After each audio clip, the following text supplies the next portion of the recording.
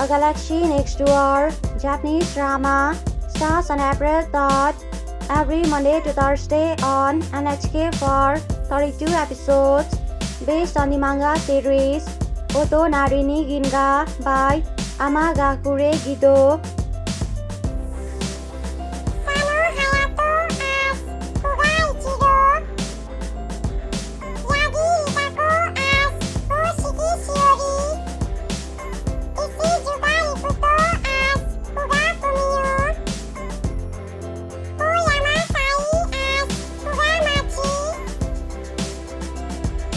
After his father unexpectedly passed away,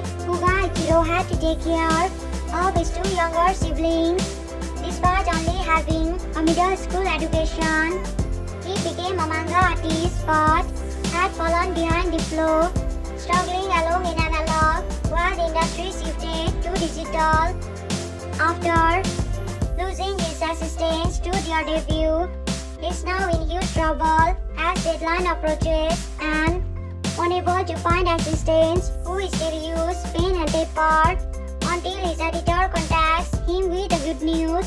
a new assistant, and the assistant turns out to be a beautiful, mysterious young girl who seems to know more about him than she should.